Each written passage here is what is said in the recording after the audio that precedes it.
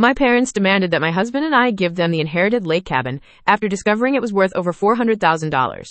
When we refused, they plastered disputed signs and graffiti, stopping us from selling it to cover my daughter's medical bills. I recorded an owner's affidavit and asked title to hold. Then the county recorder flagged a notary stamp that shouldn't exist on our file. My grandmother, Rosie, was the kind of woman who smelled like cinnamon and old books. Her hugs could cure anything from a scraped knee to a broken heart. She was my person. When she passed away 2 years ago, she left me her small, unassuming cabin on Miller's Lake. It wasn't a palace. It was a quaint, 2-bedroom A-frame, built by my grandpa's own hands in the 60s.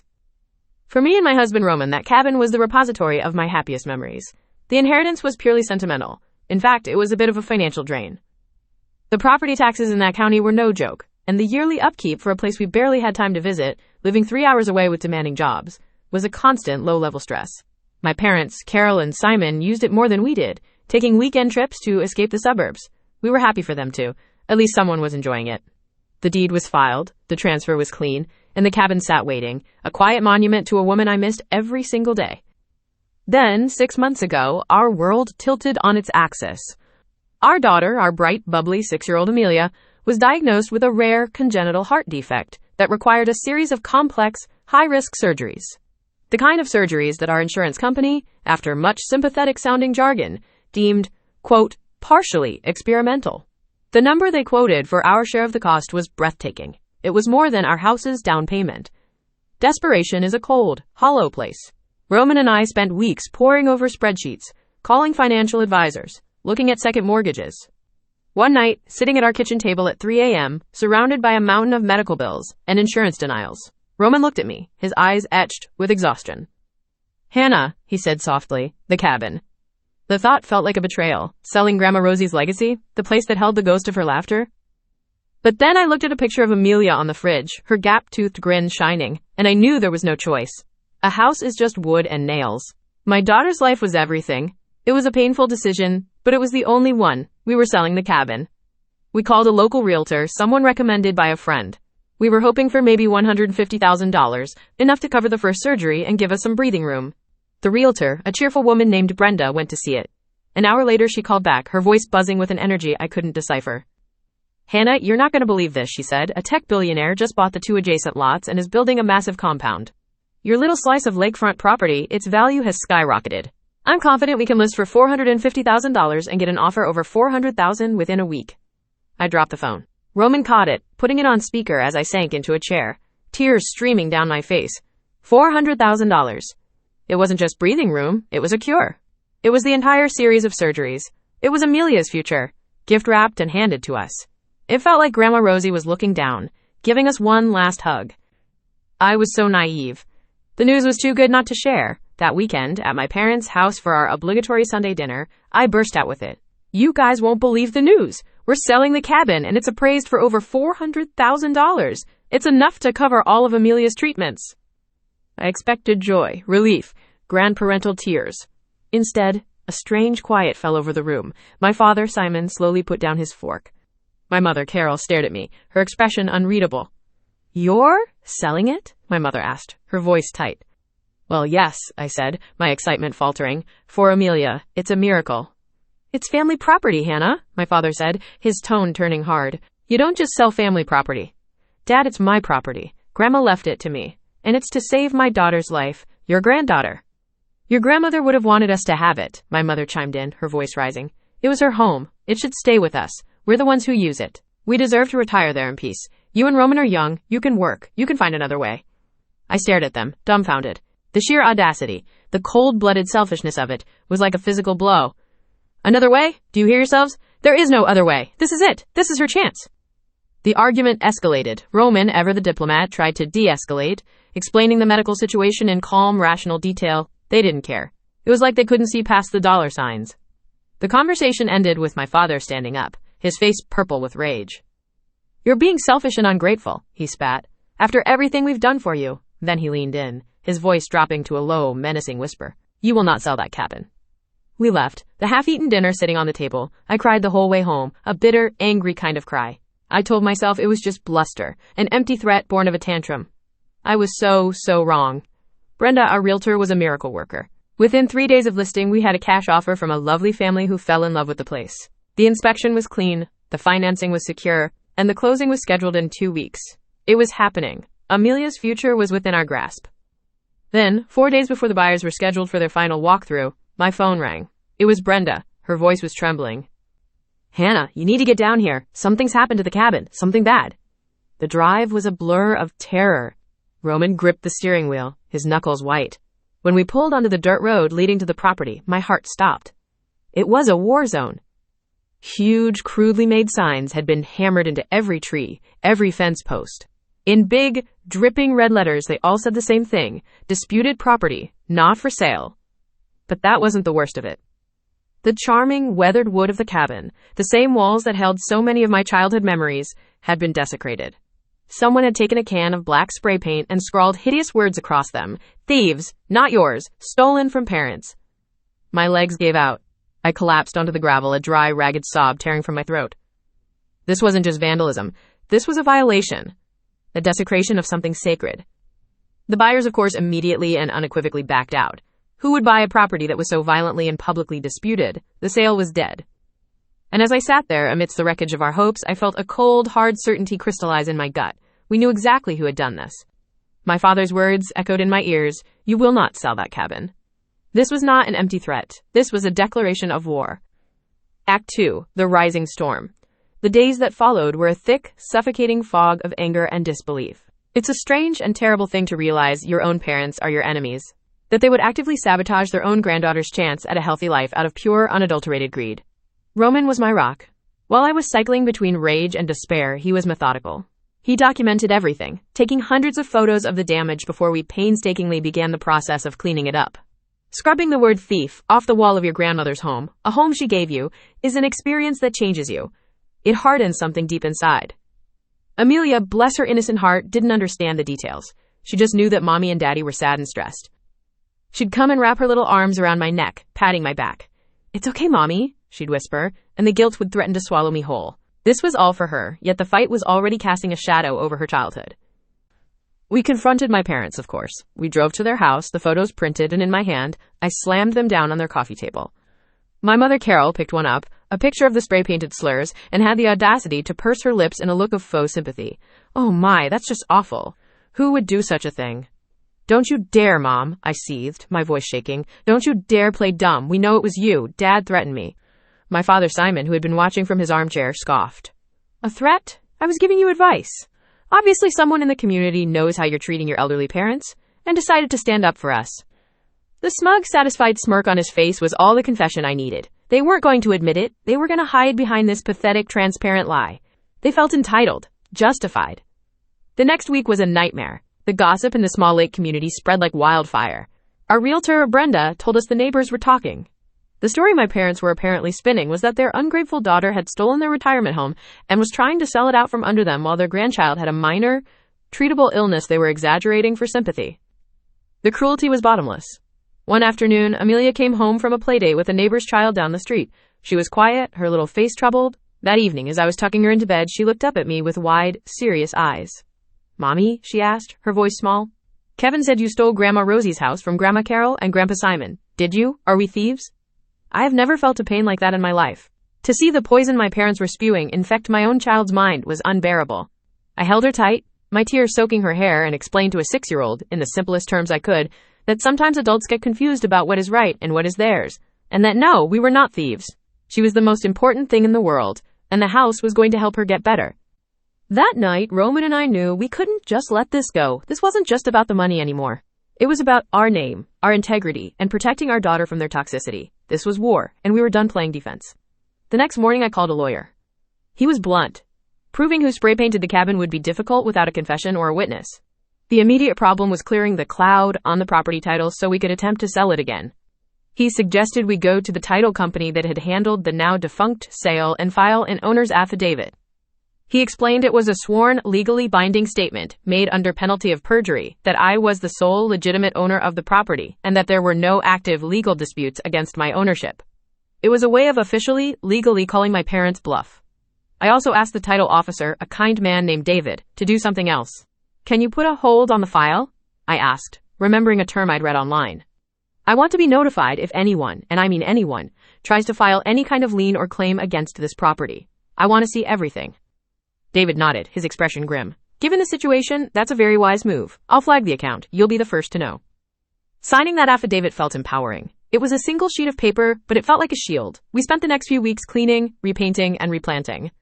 We found a new buyer, a retired couple who were more understanding about the situation, though their offer was slightly lower. We didn't care. It was enough. We were moving forward. A fragile sense of hope began to bloom again. We explained the vandalism to the new buyers, showed them the affidavit, and they were satisfied. The closing was set. Then, about 3 weeks after I'd filed the affidavit, I got the call. It was David from the title company. His voice was completely different from our last conversation. All the professional warmth was gone, replaced by a tone of grave seriousness. "Hannah, we have a problem," he said, his voice low and urgent. "A big one." My blood ran cold. "What is it? Did my parents try to file something?" "No," he said, and paused. "It's worse. The county recorder's office just flagged your file. When you asked me to put that hold on it, it triggered a full review of the chain of title. They found something." "Found what?" I whispered, my hand gripping the kitchen counter. "There's a document in your transfer file, a notarized document," he said. "Hannah, the recorder's office is saying the notary stamp on it. Well, they're saying it shouldn't exist. It's a phantom." I didn't understand a word he was saying. Notary stamp? Phantom? My mind was racing, trying to connect the dots. A cold dread, heavier and darker than anything I had felt before, began to seep into my bones. This was no longer about spray paint and gossip. This was something else entirely, something far more sinister. And it had been lurking, silent and unseen, in the official county records all along. Act 3, the phantom in the file. The word phantom echoed in my head for hours. A phantom notary stamp. It sounded like something out of a detective novel, not something that should have anything to do with my grandmother's cabin. Roman and I spent the night frantically Googling, trying to understand what it meant. Forgery? Fraud? Clerical error? Every possibility was more terrifying than the last. The new buyers, upon being informed by the title company that there was a major irregularity in the title history that needed to be investigated, immediately pulled their offer. I couldn't even blame them. We were radioactive. The cloud over our property was no longer just a suspicion. It was an official, documented problem flagged by the county itself. My parents, meanwhile, were relentless. They must have sensed our desperation. They started calling, leaving voicemails filled with a sickening, syrupy concern. "Hannah, honey, we heard the sale fell through again." My mother's voice would coo. "Maybe it's a sign. Just sign the cabin over to us, and we can make all this trouble go away." It was emotional blackmail, pure and simple. They were the arsonists offering to sell me a fire extinguisher. The pressure was mounting from all sides. The hospital called, politely but firmly inquiring about a payment plan for the initial consultations and tests. Amelia's first major procedure was only 2 months away, and we were further from having the money than ever. Armed with a referral from our first lawyer, we hired a new one who specialized in real estate fraud. Her name was Ms. Albright, and she was a sharp, no-nonsense woman in her 50s who looked at our case files with the intensity of a hawk spotting a field mouse. "A phantom notary," she mused, tapping a pen on her desk after I'd recounted David's phone call. "That's not a term you hear every day. It means the commission number on the stamp doesn't match any active or expired notary in the state registry. Or, the notary it was assigned to was long since deceased or expired at the time of the signature. It's a huge red flag for forgery. We need to go to the county recorder's office. I need to see this document with my own eyes." 2 days later, Roman, Ms. Albright, and I were standing in a sterile beige room at the county records department. A clerk, looking impossibly bored, wheeled a card over with a thick, dusty folder on it. The file for our property. He opened it on the table, and the smell of old paper filled the air. He flipped through various deeds, tax records, and surveys. Then he stopped. "Here it is," he said, pointing a finger at a single sheet of paper tucked between 2 other, more official-looking documents. Ms. Albright leaned in, and Roman and I crowded behind her. The document was a quitclaim deed, a legal form used to transfer property from one person to another. The text on the deed stated that my grandmother Rosie was transferring ownership of the cabin for the sum of $1 to Simon and Carol, my parents.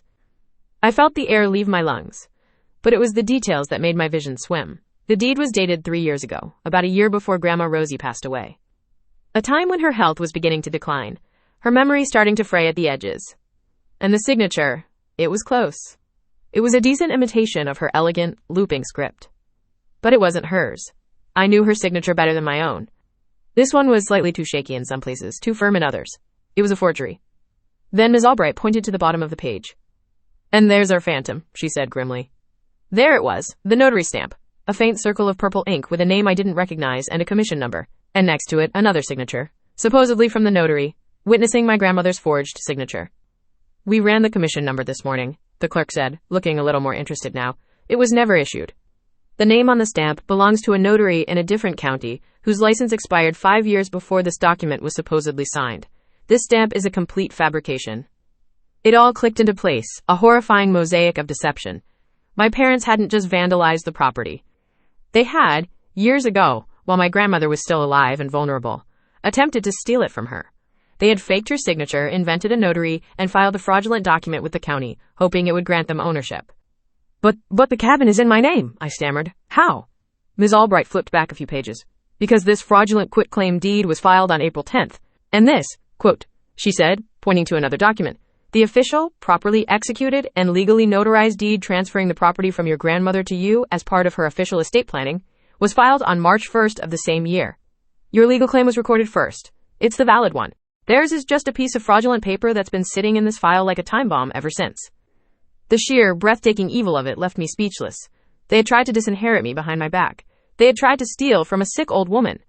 And now their desperate, greedy act of vandalism, the very thing they did to stop me from selling, had led us directly to the evidence of their original crime. It was, as the saying goes, a classic case of being hoist by your own petard. Their attempt to cloud the title had forced an investigation that uncovered a fraud so much worse. We walked out of that building into the bright sunshine, and it felt like I was seeing the world in a different, harsher light.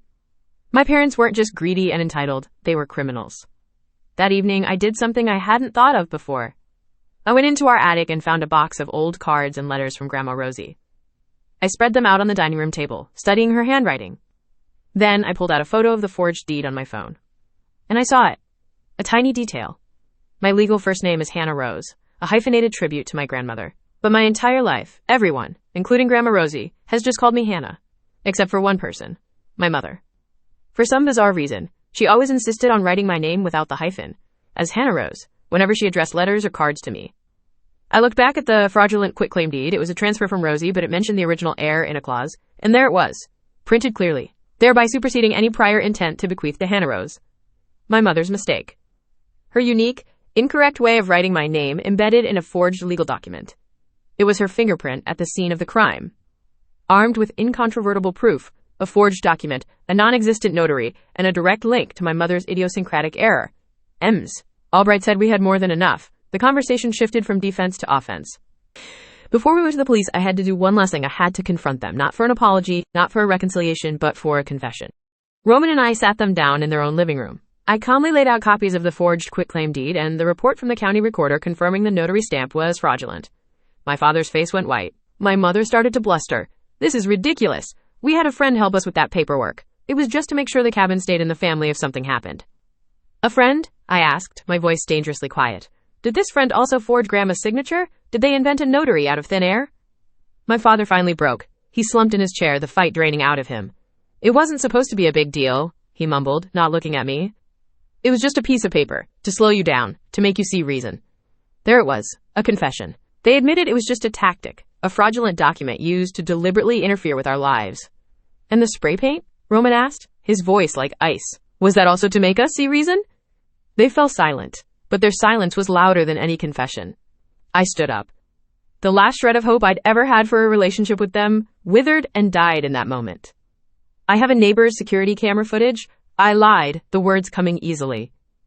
It shows a car that looks a lot like yours pulling up to the cabin at 5 a.m. on the night of the vandalism. I'm sure the police will be very interested in enhancing the license plate. The flicker of panic in their eyes told me everything I needed to know. The game was over. Act 4. The Reckoning and the Resolution. The aftermath was swift and devastatingly final. The following morning, Ms. Albright and I walked into the local police station and filed a formal report. We presented the evidence, the certified copy of the fraudulent quitclaim deed, the official statement from the county recorder's office, the photographs of the vandalism, and a detailed timeline of the harassment. My parents were charged with multiple felonies, including forgery, filing a false document, and conspiracy to commit fraud. The vandalism was a lesser charge, but it established a pattern of malicious intent. The news ripped through our family and community. There was no more gossip, no more whispers about the ungrateful daughter.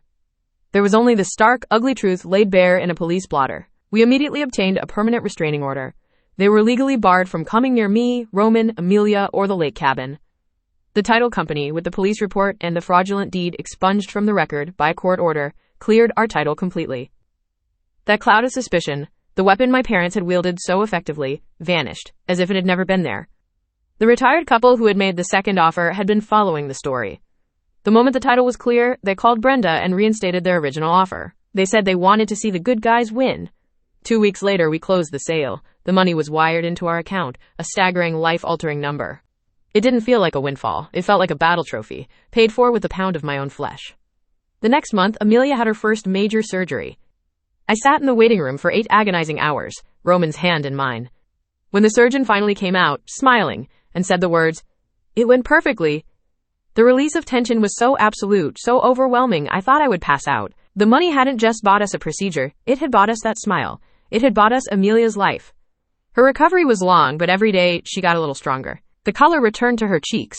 Her laughter, once weak and breathless, began to fill our house again. The second and third procedures were equally successful. Today, her prognosis is excellent. She has a bright, healthy future ahead of her, with only a faint scar on her chest, as a reminder of the battle we fought for her. We never spoke to my parents again. They took a plea deal to avoid jail time, receiving a lengthy probation and a hefty fine. They lost more than just their freedom and their reputation. In their blind, all-consuming greed, they had systematically destroyed the one thing that should have been priceless, their family. They tried to steal a cabin they had no right to, and in the process, they lost their daughter and their granddaughter forever. Sometimes, when I'm tucking Amelia into bed, I think about the cabin. I don't feel sadness or loss. I feel a profound sense of gratitude. Grandma Rosie, in her quiet wisdom, gave me more than just a house. She gave me a choice. She gave me a lifeline. She gave me the tool I needed to save my child. The cabin is gone, but its legacy, a legacy of fierce protective love, lives on in my daughter's steady, healthy heartbeat. My parents dug their own graves with greed and deception. We buried the past and chose to build our future on a foundation of love. And that is a home that no one can ever vandalize or steal.